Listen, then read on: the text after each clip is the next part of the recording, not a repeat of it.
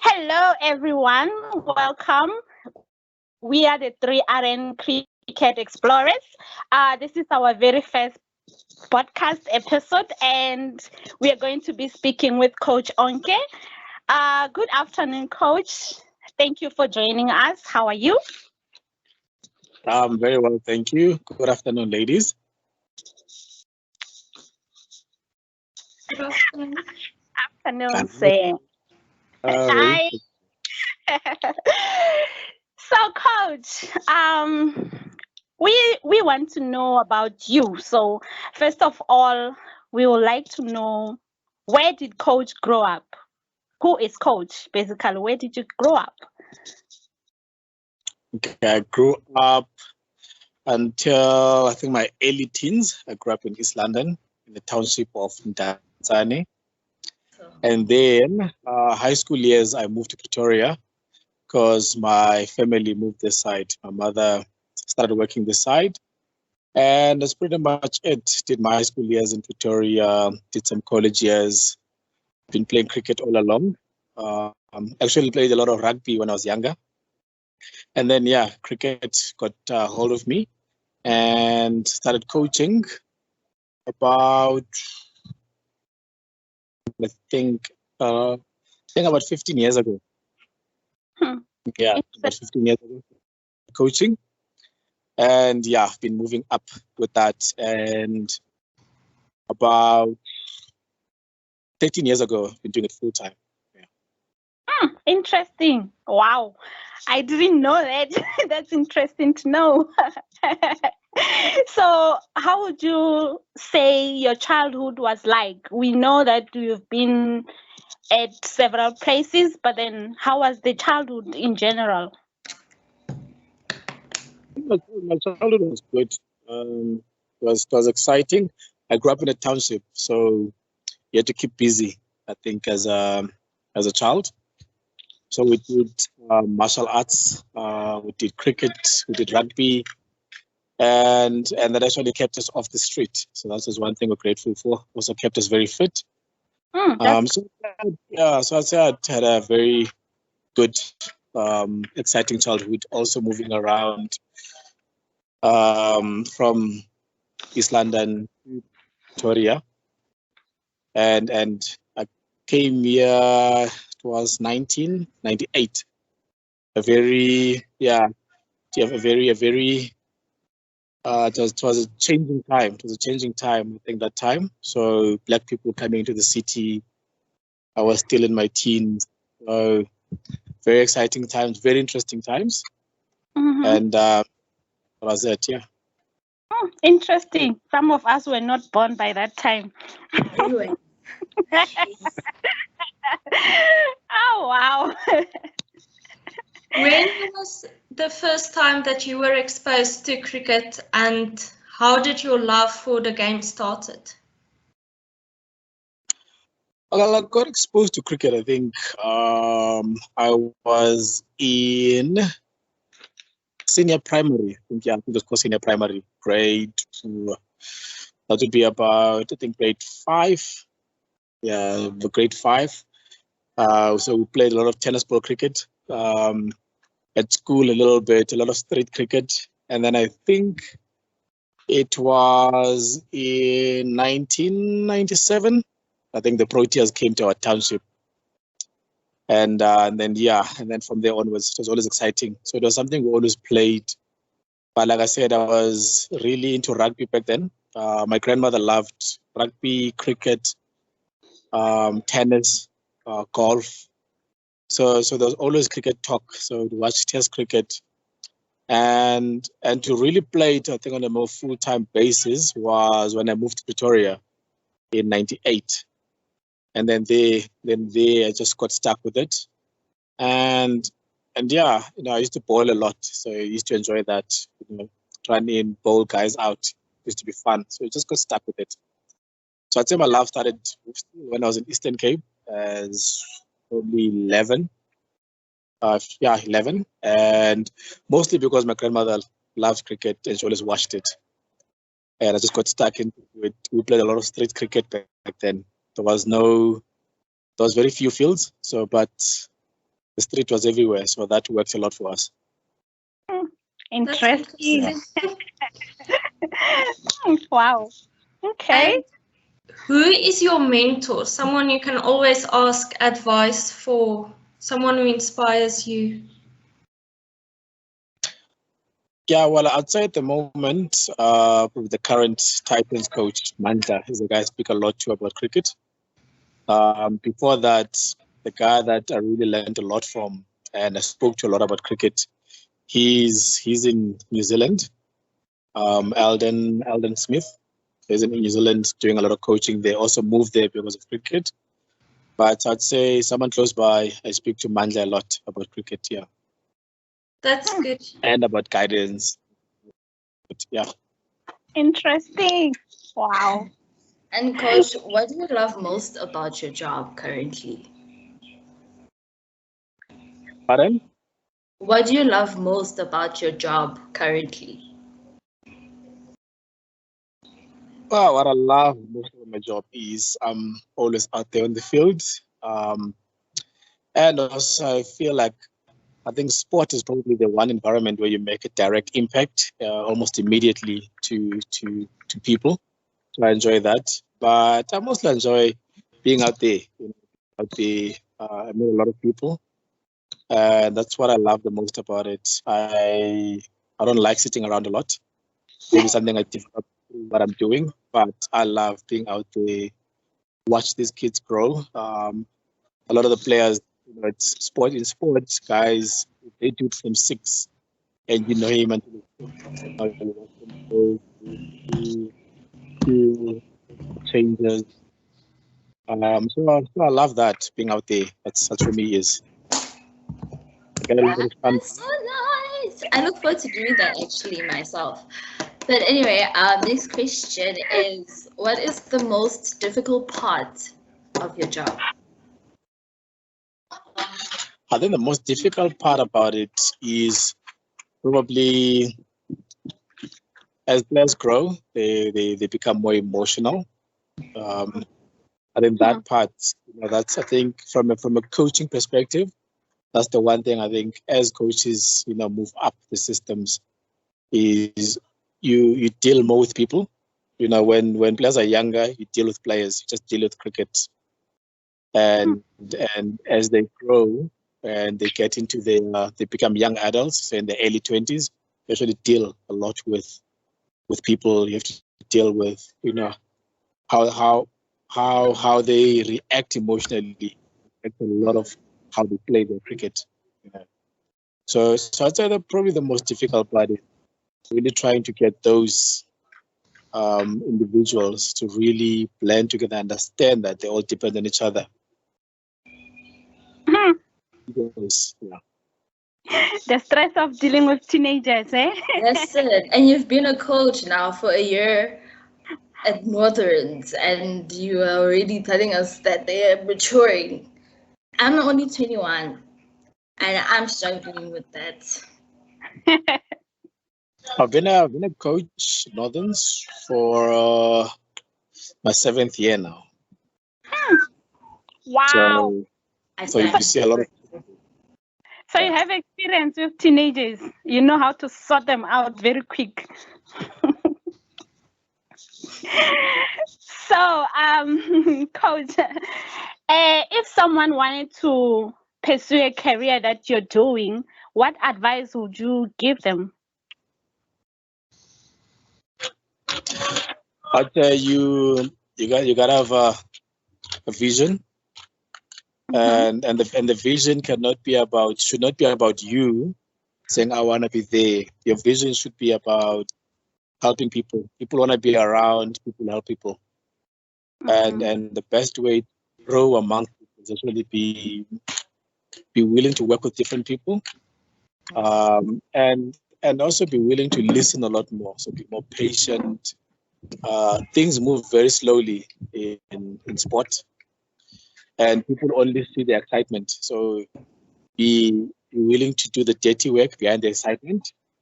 So what you guys see in a match is about probably 30 hours of throwing balls, of being in the sun, So a lot of sweat. So be patient, be ready to be patient, be ready to be able to deal with a lot of characters, and be ready to sacrifice a lot of probably, I would say, your emotional part.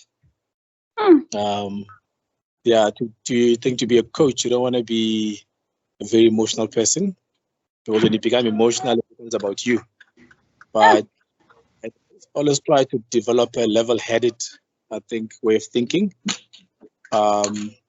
approach, and remember, you're working with people, and when they emotional, try and be understanding, as you'd like someone to be understanding that you are emotional. So basically, you just have to be able to interact with people and something like that. Yeah, that's it. You gotta be able to interact with people. Gotta be able to. The biggest part is patience. Is making sure that you know how to break down things, how to break down whatever sport you deal with. Be able to break it down into small pieces and say, okay, this piece is important at this moment, and find a way to bring them all together. But patience is a massive part of it. Okay, you heard it, guys. You have to be patient.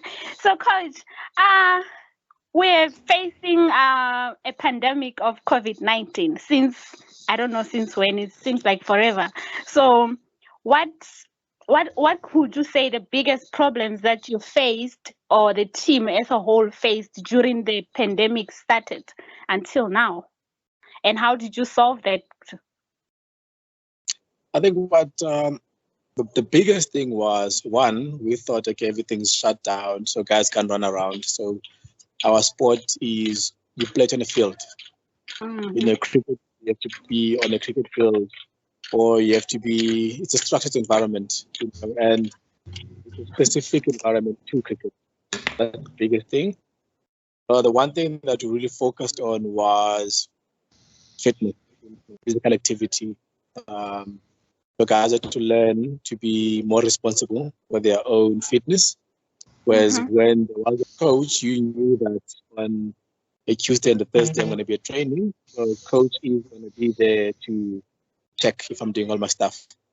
But now guys were locked up for months. They had to do their own fitness. And they do see now the result of it. I think since we'll be able to play sport and train, the guys who didn't do that, experiencing injuries. There's injuries, you're going to be laid off. So if you're laid off, you're falling behind. So those type of things. So with the pandemic, guys had to learn to be more independent and take more responsibility of their own self. You'll find out also, if you guys become coaches, they think that you're there to police them. Yeah. Oh, I see. But I'm guessing it's getting better now that the country is opening up.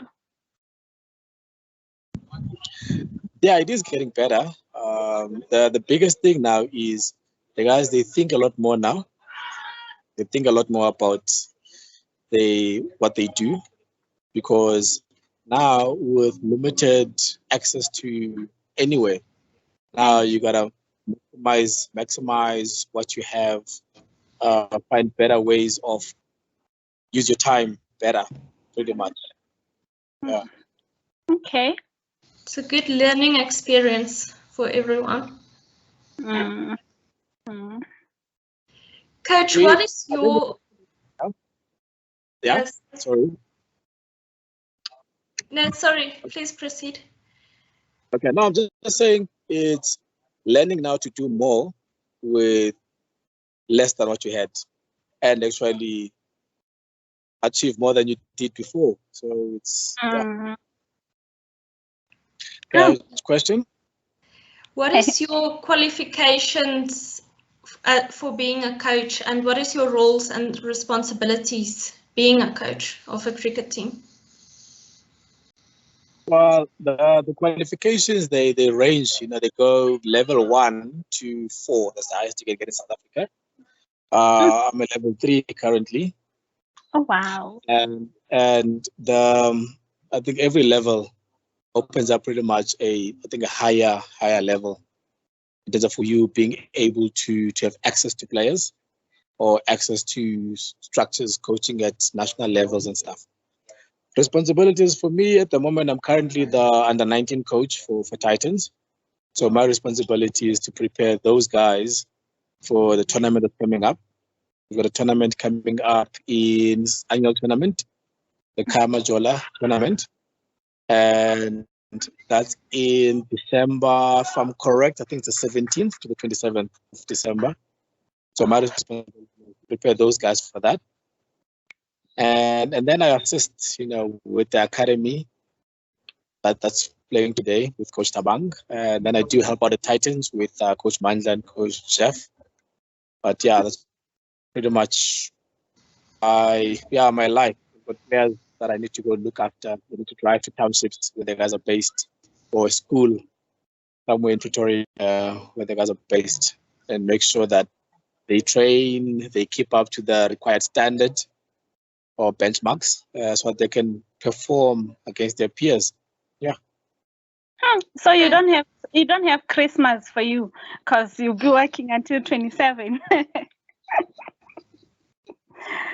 Yeah, 23, and then now I'll have some time to go home.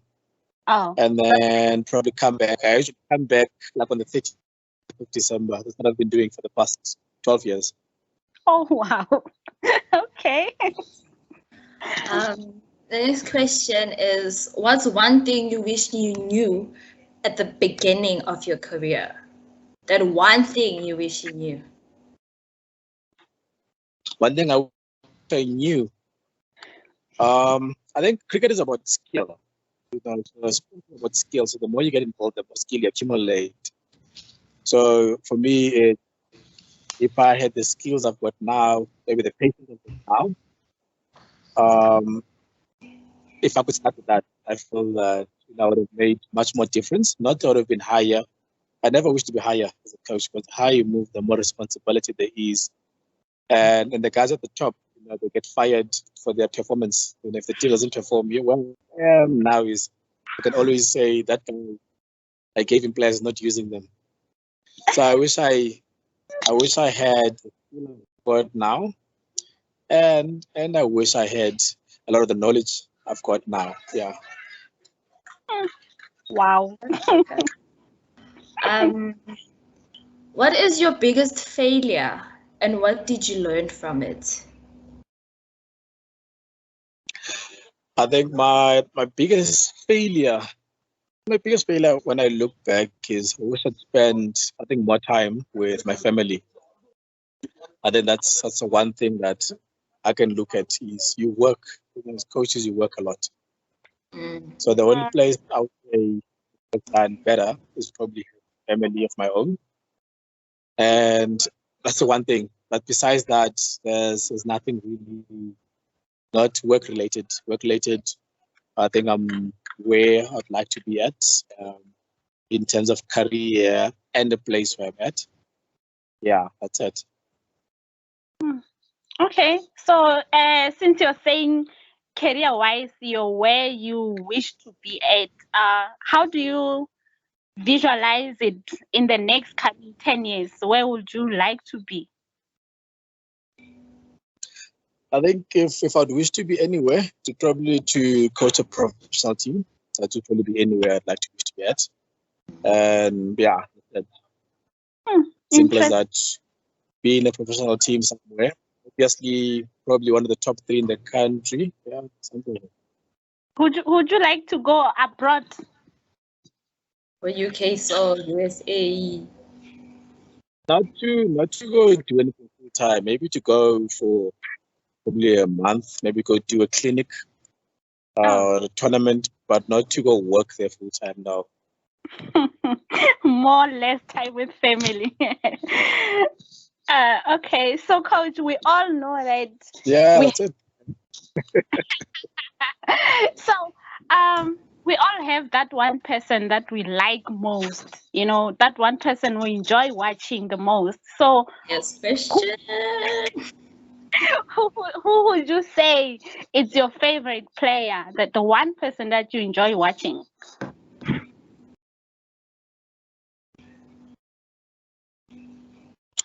I'd say the one person I'm actually enjoying at the moment, watching from a batting perspective, is Australian player Steve Smith, and then South African player Aiden Markram. Aiden Grove, and Steve Smith is it's not conventional to what we know in modern day technique and all type of stuff, but it's very effective. And Aiden, I think, is getting into a stage where he's finding himself as a cricketer. He's actually looked like that he wants to be one of the best in the world, or do something that no one has done for the country. So it's like I like to watch him. I always watch and say, what is he going to do next? Yeah. Interesting. Okay. What has been the most influential resource of your career? The most influential resource, I'd say people. Because I think not just, I've always found very supportive people. I mean, where I've gone. And that for me is, again, goes back to the first thing I said, is that you got to be a people's person. You got to be able to get along with people. So that is, I think, in any sporting industry, people is the most important resource. Because trust me, if you don't get along with people, no one wants to help you. That's true. for me, and it's worked for me, and yeah. That's true. That's very important. Mm. And what has been your proudest moment in your career? What you are most proud of? Proudest moment as a player, I still do coach every now and then, but I coached him a lot when he was younger. And then he worked himself up to make our national team for 19 from a school where no one expected a player to come from. And that for me was a very proud moment, to see that. I like the little guys, because the little guys always have something to work towards. So that was for me the most proudest moment. He became the first player in his school to play for the country.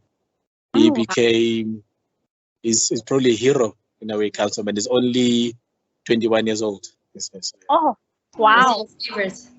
That's nice. That's very good. That's nice. Coach. He's not answering our question. Okay. So, Coach, how do you keep the spirit of the team high? And how do you raise it when the team is low? So from winning games, how do you keep the momentum going to losing a game, to having to motivate them back into being winners? How do you go about that? Yeah, I think with the winning is obviously understanding why you're winning. That's number one. And for me, the biggest thing is when guys are playing is always try and get them all to feel they've got a part. They're playing a part towards the winning effort. And when it's tough, it's for them understanding again what they do well. Always go back to what do you do well, and when you're winning, it's what are we doing well. And then you find out that when you do that, when you lose, it doesn't last long. It doesn't last long. They can always go back. Okay, this is what I'm doing well. Why is it not working? And then you deal with that. And in terms of spirit, I think it's when they understand that they're playing for each other, and when they understand that they're playing for something. From playing for each other to playing for something, two different things. When you're a team, you represent something. When you play for each other, you actually get connected to the person that's next to you. Looking at your players right now, Coach, I'm about to ask you a biased question. Do you have a favorite player? I think it's really natural. It's only natural to actually have a favorite player, Yeah, and find out that their favorites you'll have favorites because you like different things about them that they bring. So at a certain stage, that guy's a favorite. Because when the team is down, guys, the go-to guy to bring guys up. When there is an impossible situation you could be facing, the guy to go to. But for me, the favorite player is usually the one who's more similar to me in terms of personality. It's a guy that I know that get along with everyone, and then life becomes easy amongst the team. I like favorite players. Those are my favorites. Well played. Okay. Good.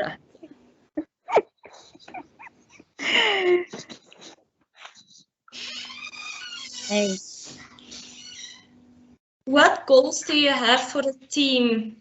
Future goals and current goals? Current goals is it's actually what they've just gotten together now as a team. So the current goal is to try and get them to understand why they're there, their roles. So we're very big on roles in terms of unity for a reason. This is what you bring in. And the future, what is the other one? What is the future goal? Yeah. The future goal is actually we've got a tournament we're going to play, and we work on numbers, and the number is we're going to try and win 80% of our games. That's pretty much the target and then the goal. Yeah. Oh, all the best with that, Coach. All the best. Thank you. And what would you say has been the biggest challenge within the industry in the last 10 years? I think the biggest challenge is it's always about environment. So it's environmental changes. That's the biggest challenge. And people understanding that. For me, it's been to understand that our environment is different. And the perception is always that cricketers will come from a certain place. But we got players from different backgrounds, different resources. And I think as you guys do your research, you'll find out that a lot of, I'll say, star players, always come from the toughest environments. And the toughest environment is usually the one with the least resources. So where the perception in sport is the toughest environment is the one with the best resources, where all the top players are. That's the easiest environment.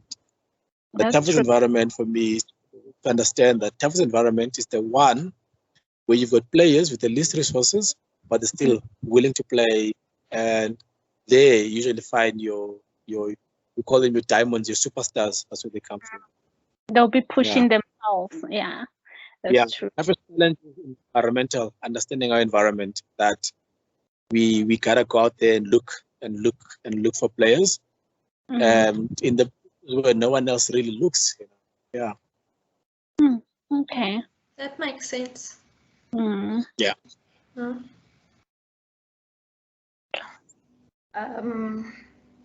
Last question, Coach. Where can our listeners contact you or get a hold of you? For me, I've got a Facebook account, so I use that. I use that a lot. It's Onke ONKEMTSIBA. Then I've got an Instagram account, which is simply _Onke. I think it is all that, yeah. So you can contact me. I respond there a lot to people. Okay. Thank you, Coach, for your time. It was interesting to learn about your job and you as a person. And good luck for everything that lay ahead with the team and for yourself as well. Wishing you all the best, Coach. Thank you, ladies. Thank you very much. And thank you for your interest. And yeah, thank you for the questions. I think they were very good questions. And very, very let's say, not easy questions, but very enlightening questions. So good luck with your assignment, and let me know if it. Thank you. Yes, Coach. Bye. Bye. We've reached the end of our YouTube video, guys. Don't forget to like, follow, subscribe. So follow us at 3RN Cricket Explorers on all social medias, Instagram, Facebook, and we hope to hear from you soon. Thank you, guys. Bye. See you next time. Bye.